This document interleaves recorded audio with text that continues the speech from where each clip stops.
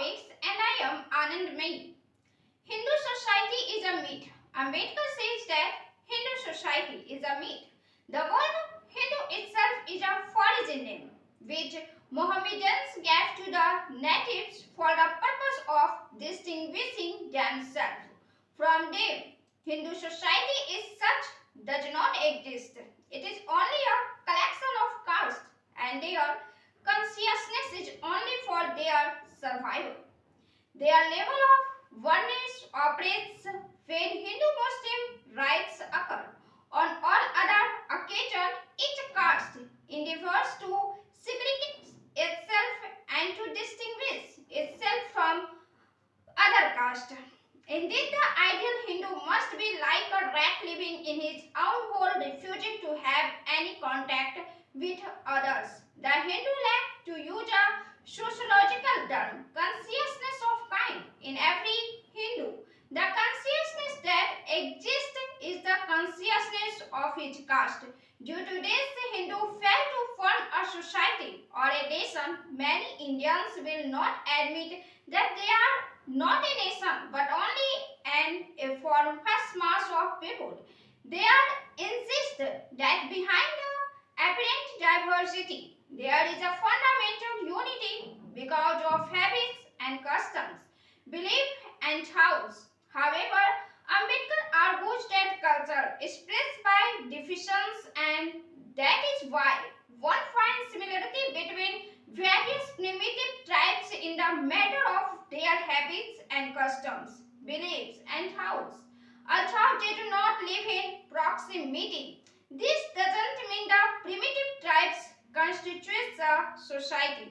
Men constitutes society because they have things which they possess in common. To have similar things is totally different from possessing things in common. And the only way by which men can come to possess things in common with one another is by being in communication with one another. This is merely another way of saying that society continues to exist by communication. Indeed, it communication. To make it concrete, it is not enough if men act in a way which agrees with the act of others' parallel activity. Even if men act in a way which agrees with the acts of others' parallel activity, even if similar, is not sufficient to bind men into a society. For that purpose, what is necessary is for a man to share and participate in a common activity so that the same emotions are aroused in him that animate the others, making the individual sharers or partners in the associate activity so that he feels his success as his success, his failure as his failures is the real things that binds men and makes a society of them. Therefore, caste system prevents common activity and by preventing common activity, it has prevented the Hindus from becoming a society with a unified life and a consciousness of its own being. The effect of caste on the ethics of Hindus, according to Ambedkar, is simply deplorable. He opines that caste has killed public spirit and public charity and public opinion. A Hindu's public is his caste.